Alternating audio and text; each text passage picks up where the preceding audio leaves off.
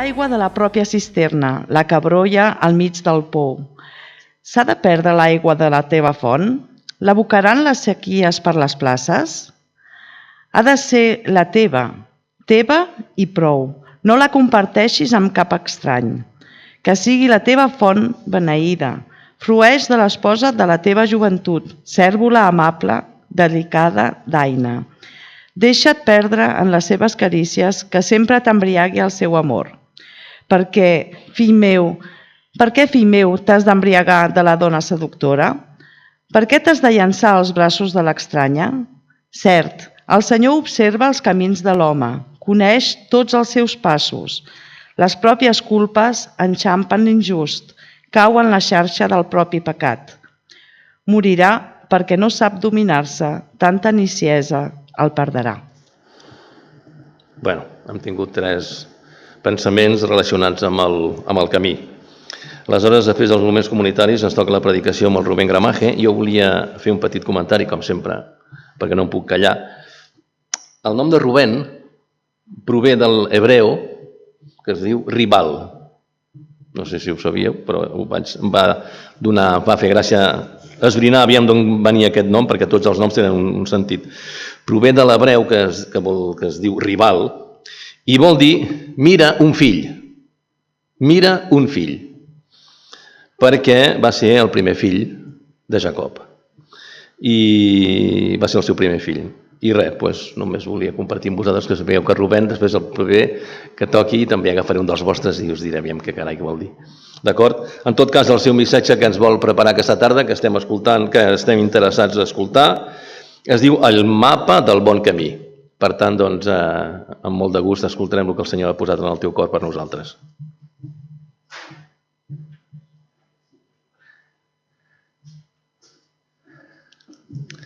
Muchas gracias, ya me lo había explicado mi madre en alguna ocasión, como ella además nos puso los nombres a los 6 hijos, yo soy el cuarto, nos puso los nombres sobre todo por lo que significaban, además de que le gustaban por su significado. También le preguntó a mi padre si le parecía bien también y también estuvo de acuerdo, siempre mi padre también dice esa puntualización. La verdad es que siempre es una alegría, un gozo estar con vosotros, compartir la palabra además.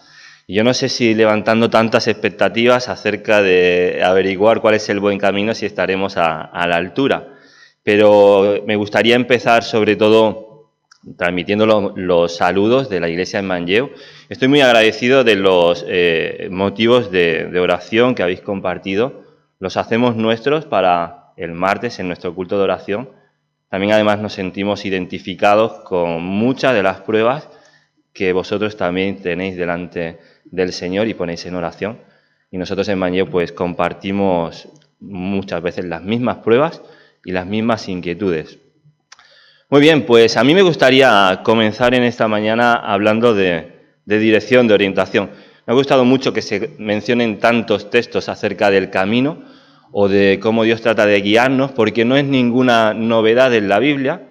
Está llena de pasajes, de textos que nos hablan de el propósito de Dios de guiar a su pueblo, de guiar a los creyentes, de guiar a las personas, de orientarlas, de ser de dirección para nuestras vidas. Y sabéis, muchas veces las personas necesitamos saber dónde estamos.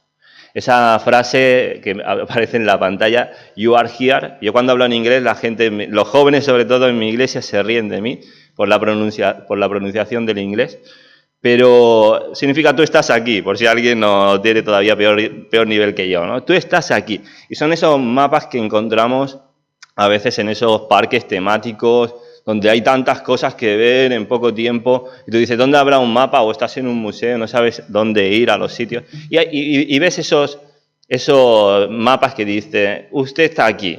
Y tú dices, qué bien, justo lo que necesitaba, saber dónde estoy, porque yo lo que quiero ir a ver es aquello. Y para poder ir hacia donde quiero, primero tengo que saber dónde estoy. Es así de lógico y así de sencillo. Y yo en esta tarde os quiero compartir exactamente ese mismo principio, pero aplicado a nuestra vida cristiana, aplicado a la vida espiritual. Sabéis, es muy importante que sepamos dónde estamos.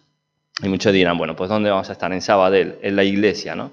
saber dónde estamos espiritualmente cada uno de nosotros. Evidentemente las iglesias locales también deben hacer el ejercicio de evaluación muchas veces a lo largo de su historia, pero también cada uno de nosotros, cada creyente, está llamado a saber en qué lugar está. Sobre todo porque después hay que contestarse una segunda pregunta un poco más difícil, que es la pregunta hacia dónde queremos llegar. Hoy está muy de moda, no sé si vosotros lo ponéis mucho en práctica, yo ya más o menos me voy familiarizando, nos mandamos la ubicación, ¿no? ¿Dónde estás? Que voy para allá. Y la gente lo que hace es que te manda la ubicación. Te manda tu teléfono para que tú solo o con el GPS pues puedas ir, con unas indicaciones puedas saber dirigirte a ese lugar. Necesitamos saber la ubicación hacia donde queremos ir también. Así que las preguntas son muy interesantes, ¿no? ¿Dónde estamos espiritualmente? ¿Dónde queremos llegar? ¿Dónde estás tú como creyente? ¿En qué etapa de la vida te encuentras? ¿En qué etapa de tu vida cristiana, me refiero, te encuentras? ¿Y dónde quieres llegar con el Señor? Porque, sabéis, madurar con el Señor es un objetivo que tenemos todos los creyentes. Todos necesitamos crecer y seguir creciendo en nuestra fe, en nuestra madurez, en nuestra vida cristiana. Además, sentirse perdido o desorientado es algo muy angustioso. A veces nos sentimos perdidos porque nos falta impulso, porque nos falta motivación, porque nos faltan fuerzas. A veces nos movemos, pero no nos movemos en una dirección correcta. Eso mismo es lo que le pasó muchísimas veces al pueblo de Dios, y yo diría que también lo que conocemos de la historia de la Iglesia, pues también vamos viendo cómo las iglesias también a veces pecamos de lo mismo, ¿verdad? Nos movemos, hacemos cosas, pero a veces no sabemos exactamente en qué dirección vamos. Necesitamos un mapa, y el pueblo de Dios también necesitó muchas veces que alguien le desplegase un mapa y le dijese exactamente lo que quería, lo que Dios estaba pidiendo de ellos. Hoy vamos a hablar de Jeremías, alguien que habla, que propone su propio mapa, y es alguien muy peculiar. Tenemos mucha información de Jeremías, ¿no? Y aquí también, si somos aficionados a saber lo que significaban los nombres de las personas o sus vidas, en Jeremías encontramos mucha información. Sorprende de que era un niño, por lo menos él se quejaba de su inmadurez o de que era joven, y es interesante cómo Dios puede utilizar a las personas a pesar de las limitaciones que a veces nos ponemos nosotros mismos.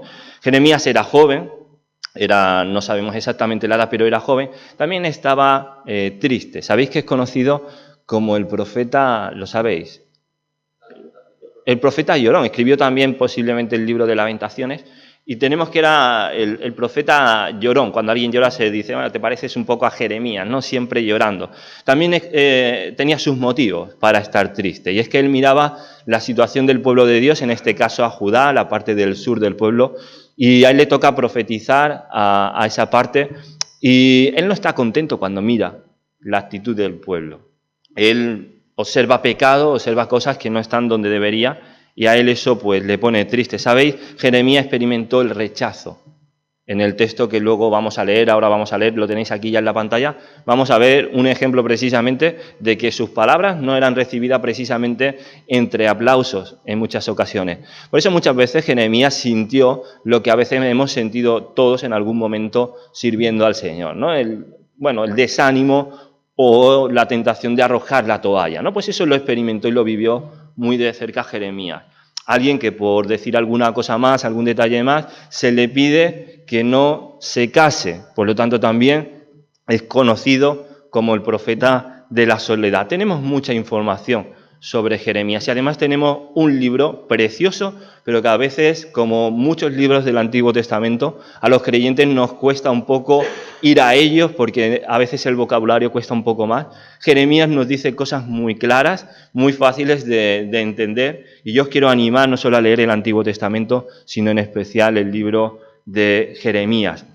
Nos paramos en un momento de la historia, un momento de esos 40 años en los que él está sirviendo y está profetizando, en los cuales, como os digo, tiene esa difícil tarea de predicar acerca del juicio al pueblo de Dios. Y eso no es agradable. Decirle a las personas que van a tener consecuencias si siguen así, si siguen pecando, si son infieles, no es un mensaje como yo digo, ¿no? Que levante ovaciones precisamente a Jeremías, ¿no? Pero al mismo tiempo que tiene que decir ese mensaje tan duro, también es alguien que va a hablar sobre el amor restaurador de nuestro Dios, del inmenso amor compasivo que tiene nuestro Dios. Y sabéis, eso no deja de llamarme la atención en la Biblia. Cómo está en una balanza, por una parte, el juicio de Dios ante el pecado y por otra parte, su inmenso amor misericordioso ante nosotros. Y Jeremías es un claro exponente de esto que os digo.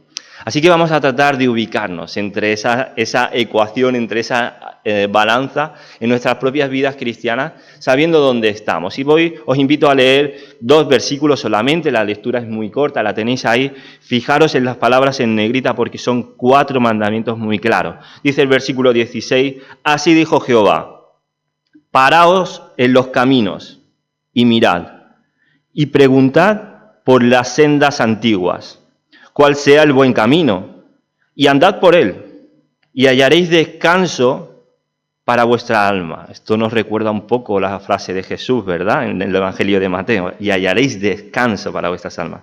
Pero fijaros la respuesta del pueblo. Más dijeron, no andaremos. Puse también sobre vosotros atalayas, que son centinelas o vigilantes, que dijesen, escuchad al sonido de la trompeta. Y dijeron ellos, no escucharemos. Qué bonito, ¿no? 4 indicaciones claras, 4 mandamientos, paraos, preguntad, andad, escuchad, las cosas claras de lo que el Señor pide, tal vez las indicaciones para encontrar el buen camino. De hecho, lo dice, aunque no lo he subrayado, cuál sea el buen camino, en el versículo 16 en la mitad. Pero fijaros qué actitud tan terrible la que encontramos, qué respuesta tan dura. No andaremos, no escucharemos. Increíble, ¿no? Vamos a ver hoy, aunque sea un ejemplo negativo el que encontramos en este momento de la historia, una forma de aprender. Y es que efectivamente mucha gente lo sabe, ¿no? Y los profesores también reiteran mucho esto. Normalmente te enseñan las cosas como se hacen correctamente. Pero cuando cometes un error en un ejercicio te dicen, esto también es una manera de aprender. A veces aprendemos de ejemplos negativos que han pasado en nuestra vida. Y precisamente tenemos aquí un ejemplo muy negativo. No escucharemos, no andaremos. El mensaje que yo os quiero compartir en esta tarde, lo tenéis ahí, en el buen camino, el creyente aprende buenas actitudes, no las malas que hemos visto. Aprende a detenerse, a preguntarse, a mantenerse en la buena dirección y a callarse para seguir la voluntad de Dios. Lo he dicho un poco deprisa. Detenerse, preguntarse, mantenerse en buena dirección y callarse para seguir la voluntad de Dios. Vamos a ver, por lo tanto, 4 lecciones que están en estos 4 verbos, en imperativo, mandamientos, que nos hablan de cómo el creyente aprende a ir en buen camino. Hasta aquí todo el mundo me sigue. Pues la primera de las lecciones es aprender a detenerse. Qué gran reto tenemos en nuestra vida para aprender a pulsar el botón de stop, el botón de pararnos, de detenernos. ¿Sabéis? Porque vivimos a tanta velocidad que es muy difícil pararnos, detenernos. Y dice el texto, así dijo Jehová, paraos en los caminos. Es muy importante que las iglesias también se paren y piensen, no solamente en construir programas y actividades, yo también vengo de una iglesia igual que la vuestra, que hacemos actividades para poder cumplir con lo que el Señor nos pide, pero qué importante es que las iglesias se pregunten el para qué están haciendo lo que están haciendo. Qué importante es que tú también te lo preguntes en tu vida acerca de tus ministerios. Además es importante aprender a detenerse, a pararse por una razón, y es que a veces es importante pararse, como digo ahí, para poder llegar hasta el final. ¿Os imagináis un coche que quiere hacer un viaje y no pare para echar gasolina? Diga, no hace falta, puedo seguir. No pasa nada. Y que empiecen a salir chivatos, avisos, ¿verdad? Y que, bueno, no pasa nada. No, sí que pasa. Hay que pararse no solo para echar combustible, sino también para descansar la persona que está conduciendo. Por lo tanto, hay que aprender a pararse para poder llegar al final de nuestras vidas. En la palabra sale mucho este mismo principio. Aprender a detenerse, a aprender a pararnos. Fijaros en el Salmo, voy a citar 3 lugares de la palabra que son muy diferentes, ¿no? Un libro en los Salmos, el Evangelio de Juan y una carta de Pablo. Pues fijaros, el mismo principio que vemos en los profetas. Dios quiere que nos detengamos, que aprendamos a parar de vez en cuando en nuestra vida. Dice el salmista, estad quieto y conoced que yo soy Dios. Hay una versión que me encanta de este versículo. Dice, ríndanse, rendíos y reconozcan que yo soy Dios. Muchas veces tenemos que aprender precisamente a pararnos, a detenernos, a decir, mira, Dios, no puedo seguir, necesito tu ayuda y necesito pararme. Reconocer que Él es el único que puede sacarnos de la situación en la que estamos. El Evangelio de Juan nos habla de lo más importante, ese momento donde todo el mundo se detiene, todos los que nos hemos convertido, ese momento en el que vemos en el Evangelio que se nos dice que es necesario nacer de nuevo. ¿Sabéis? Ese es el momento más importante de tu vida.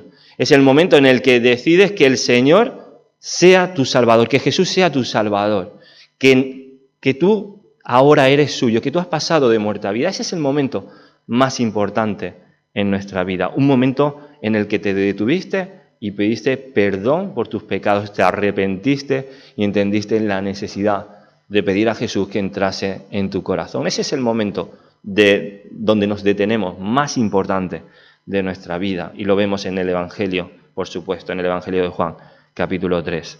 También Pablo invita a la iglesia en Corinto a decir, examínense para ver si están en la fe, pruébense a sí mismos.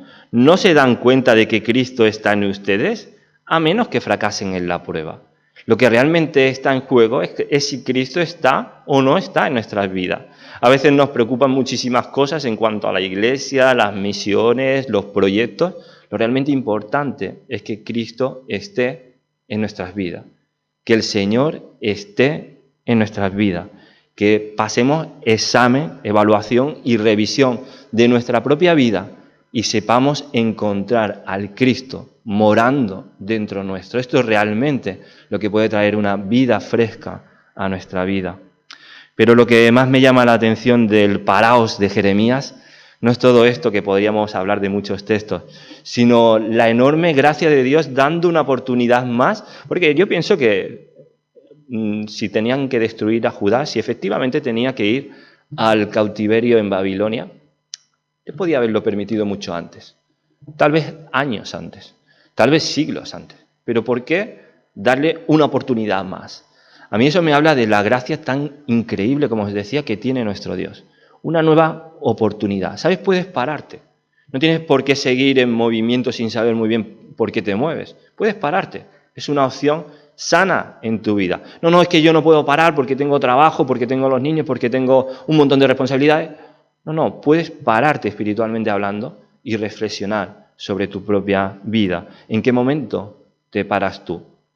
¿En qué momento te paras a escuchar la voz del Señor? Así que la primera lección es aprender a detenernos. La segunda es aprender a preguntarnos, porque eso de pararse está muy bien. Ya me he parado, ya estoy detenido, muy bien. Voy a obedecer la primera lección. ¿Pero qué haces cuando estás parado? Bueno, tienes que aprender a preguntar. Dice nuestro texto, mirad y preguntad por las sendas antiguas. ¿Sabéis? Nos podemos hacer mucho tipo de preguntas. Hay preguntas buenas y preguntas malas. La vida va de preguntas. La vida va de preguntas hasta el punto de que nos debemos preguntar qué hacemos aquí, qué hacemos en la tierra, qué habrá después, ¿verdad?, de la muerte, qué habrá antes de la muerte también, ¿no? Habrá que preguntarse dónde está la iglesia, por qué estamos aquí, por qué has venido en esta tarde. La vida va de preguntas, y preguntas existenciales hasta preguntas básicas. Y hay preguntas buenas y malas. Los periodistas son personas que hacen preguntas, básicamente, y muchas veces quedan en evidencia cuando hacen una pregunta mala. La habéis visto alguna vez seguro. Hacen una pregunta mala y entonces quedan en evidencia cuando le contestan. A veces hacen una pregunta buena y queda en evidencia a quien le están haciendo la pregunta. Por lo tanto, yo te invito a que hagas preguntas buenas. Y en Jeremías, en este texto, encontramos que él dice, esta es la pregunta buena. La pregunta buena es la de preguntarse por las sendas antiguas. Y eso me generó una gran curiosidad. ¿Por qué hay que preguntarse? La pregunta buena es preguntarse sobre lo antiguo. ¿No estamos viviendo en la época de la modernidad? ¿No es lo que nos preguntamos todo el tiempo? ¿Qué es lo nuevo, lo novedoso, las zapatillas de deporte nueva, lo que está a la moda? ¿No es esa la pregunta que realmente nos hacemos cada día? ¿Cómo nos dice el profeta Jeremías que nos preguntemos por las sendas antiguas? ¿Qué está queriendo decir con lo antiguo? Yo no sé mucho de hebreo, por lo tanto lo he consultado en los diccionarios y he encontrado esa palabra que os he puesto porque es muy interesante, la palabra olam, es fácil, por lo tanto la podemos hasta aprender, que significa viejo, pero significa también, o antiguo, las sendas antiguas, es lo que está diciendo, ¿no? Pero dice también las sendas escondidas, las sendas perpetuas. Sigue ahondando más el significado, las sendas eternas, sin límite de tiempo, las sendas desde la eternidad. Y a medida que vas profundizando y dices, ¿cuándo me pregunto yo acerca de la eternidad? Y cuando yo me pregunto acerca de la eternidad, ¿yo encuentro alguna respuesta?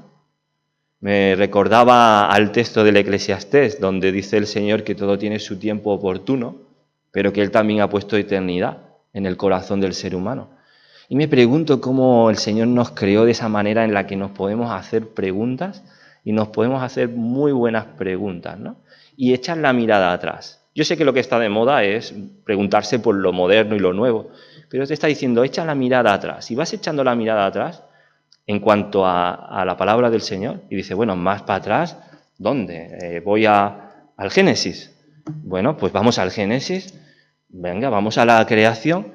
Y resulta que hay un texto, para mí el capítulo puede que el más importante de toda la Biblia, que es Génesis capítulo 3. ¿Sabéis de qué va Génesis capítulo 3? Es el texto que habla de la caída del ser humano, del pecado. Y la senda antigua desde la eternidad es todo lo que había antes. Génesis capítulo 1 y 2, donde se nos trata de contar, ¿verdad?, esa experiencia de fe acerca de la creación, donde encontramos que el pueblo de Dios y el ser humano pues es creado por Dios. Y es ahí donde estamos pensando, es ahí donde la relación era perfecta del ser humano con Dios. Y es ahí donde vamos, en realidad, a los cielos nuevos y a la tierra nueva, luego en el Apocalipsis, ¿verdad? Pues resulta que estamos en medio de esa interesante pregunta, ¿qué es eso eterno? Y vamos pensando en que nosotros vivimos de Génesis 3 en adelante, que nosotros vivimos metidos y enfrascados en ese problema que tenemos con el pecado. Las sendas antiguas es cuando el ser humano estaba en buena relación con Dios. Y a lo largo de Génesis capítulo 3, cuando ya se complica todo por el pecado, vemos a Dios haciendo esfuerzos una y otra vez por acercarse nuevamente a nosotros, por acercarse a cada uno de nosotros, por extendernos el brazo para volver a tener una relación personal con cada uno de nosotros. Y a veces envió a profetas como Jeremías, pero fijaos, no solo Jeremías. Veis que pongo ahí otros profetas y os quiero animar en esta tarde a leer profetas. Por ejemplo, Ezequiel 33:11, que nos dice, vivo yo, dice Jehová el Señor, que no quiero la muerte del impío, sino que se vuelva el impío de su camino y que viva. Volveos de vuestros malos caminos, porque moriréis, oh casa de Israel. Fijaros cómo se parecen los profetas en alguno de sus contenidos. Vamos a Ageo, uno de mis preferidos, que invita a pensar y a hacerse preguntas. Capítulo 1, versículo 5, meditad bien sobre vuestros caminos. Versículo 7 del mismo profeta, meditad sobre vuestros caminos, repitiendo la misma frase. Vamos al profeta Zacarías, podéis tomar notas si queréis para leerlo con más calma en casa, pero dice Zacarías, no seáis como vuestros padres, a los cuales clamaron los primeros profetas diciendo, así ha dicho Jehová de los ejércitos, volveos ahora de vuestros malos caminos y de vuestras malas obras, y no atendieron ni me escucharon, dice Jehová. Prácticamente es un paralelo calcado del texto en Jeremías. Y por si fuera poca casualidad, vamos a Malaquías, que es el último libro del Antiguo Testamento, capítulo 3, versículo 7, dice, desde los días de vuestros padres os habéis apartado de mis leyes y no las guardasteis. Volveos a mí y yo me volveré a vosotros, ha dicho Jehová de los ejércitos, mas dijisteis, ¿en qué hemos de volvernos? Fijaros la obsesión de Dios porque el pueblo de Dios, su pueblo, vuelva a estar con Él. Y vamos con la tercera de las lecciones en esta tarde. Hemos visto aprender a pararnos, pero no a pararnos porque sí, sino pararnos para poder hacernos buenas preguntas acerca de esos caminos que el Señor tiene para nuestra vida.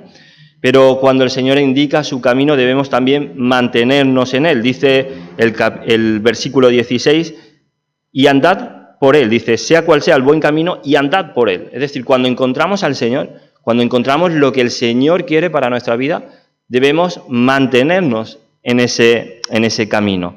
Debemos no apartarnos de eso que nos ha guiado. Y sabéis, eso no siempre es fácil. No siempre es fácil mantenerte en ese camino, ser fiel y ser constante. Por dos razones que os pongo ahí en la pantalla. Una por el engaño. Una de esas razones es por el engaño. Hay personas que dicen, no, si yo iba bien. A veces lo aplicamos a los jóvenes. Los jóvenes se han descarriado de los caminos del Señor, ¿no?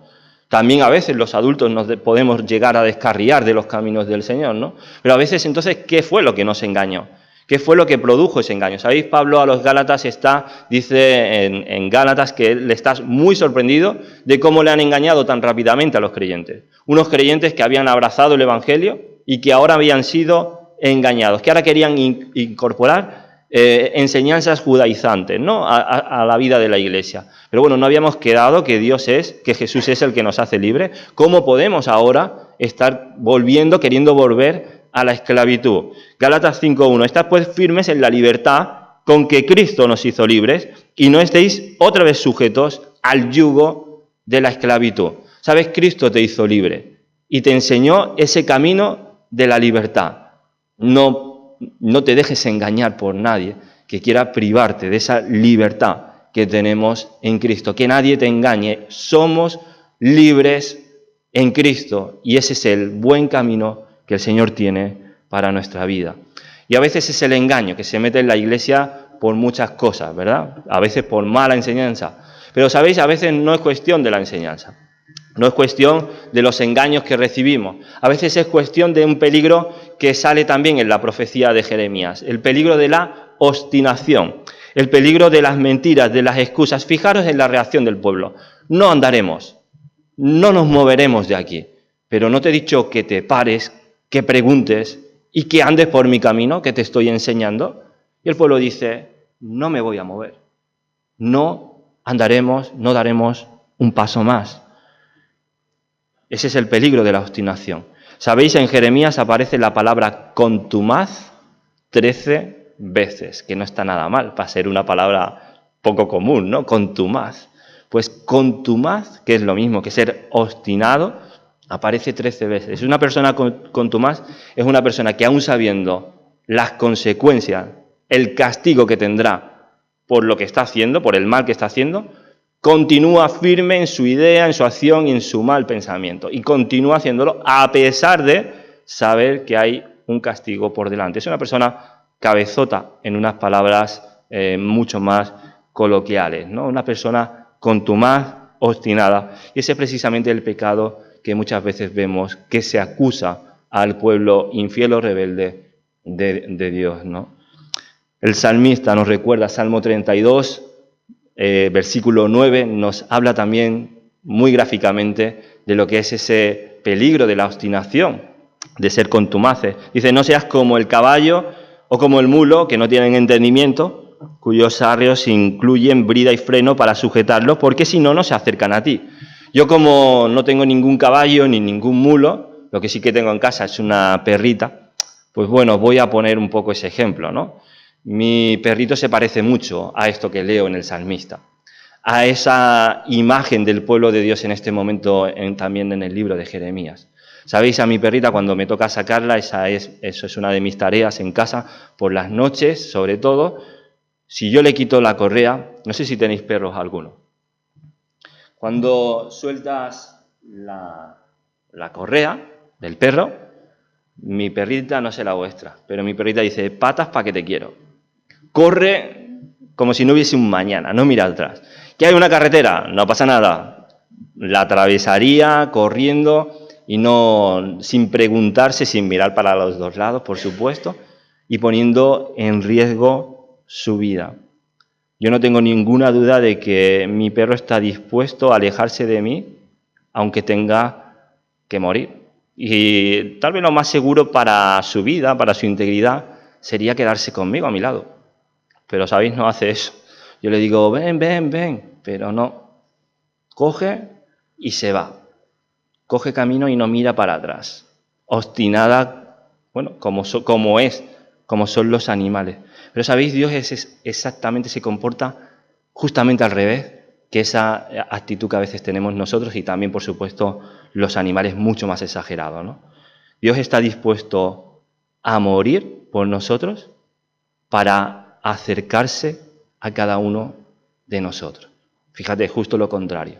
Nosotros estamos dispuestos a alejarnos, aunque nos cueste la muerte, pero Dios está dispuesto a morir para acercarse a cada uno de nosotros.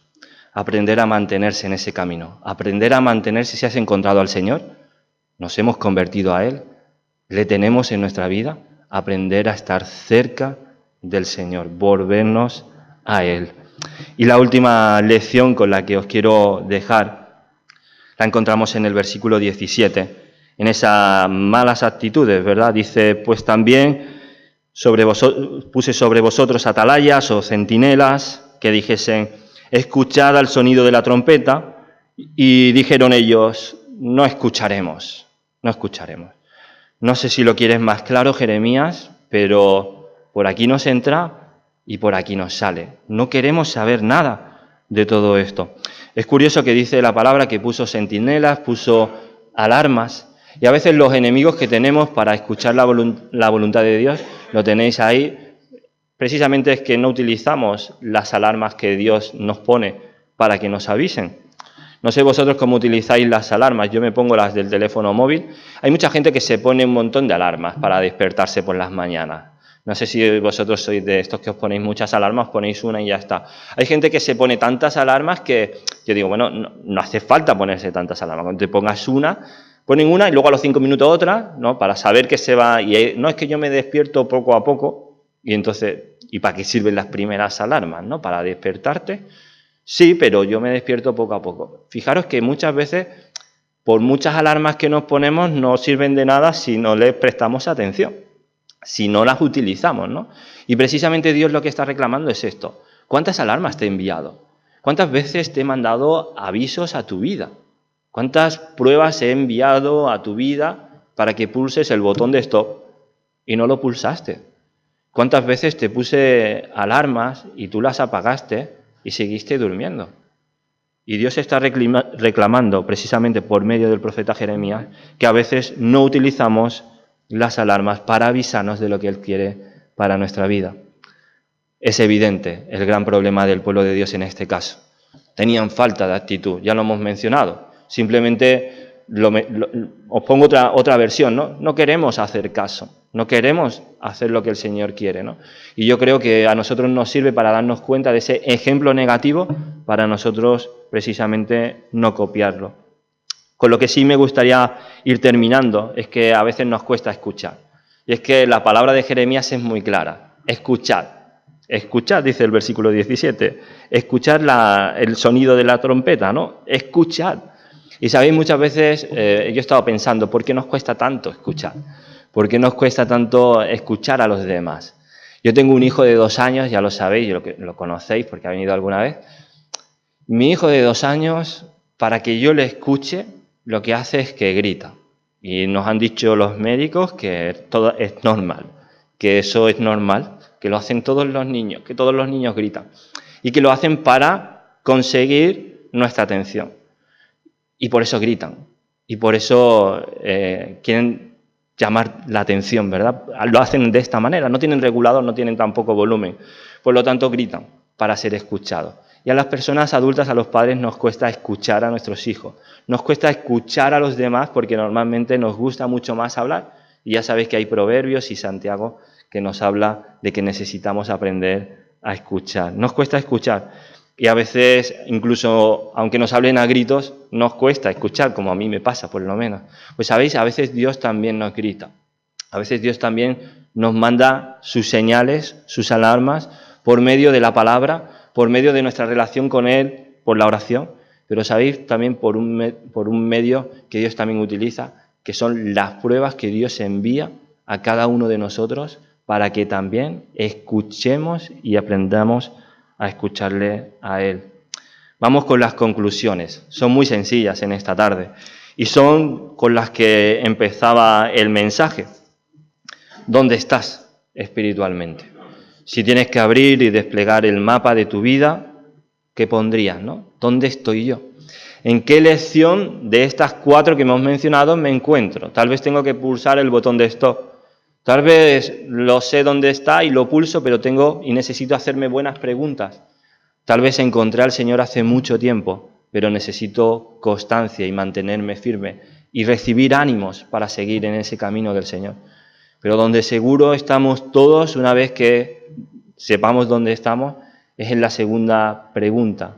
¿Hasta dónde quieres llegar? ¿A dónde quieres llegar? Y para ello, la última lección es la clave. Aprender a callarnos y aprender a escuchar la voz de nuestro Dios. El reto no es fácil. El reto no es fácil ni para la iglesia en Manlleu, ni para la iglesia en Sabadell, ni para ningún creyente.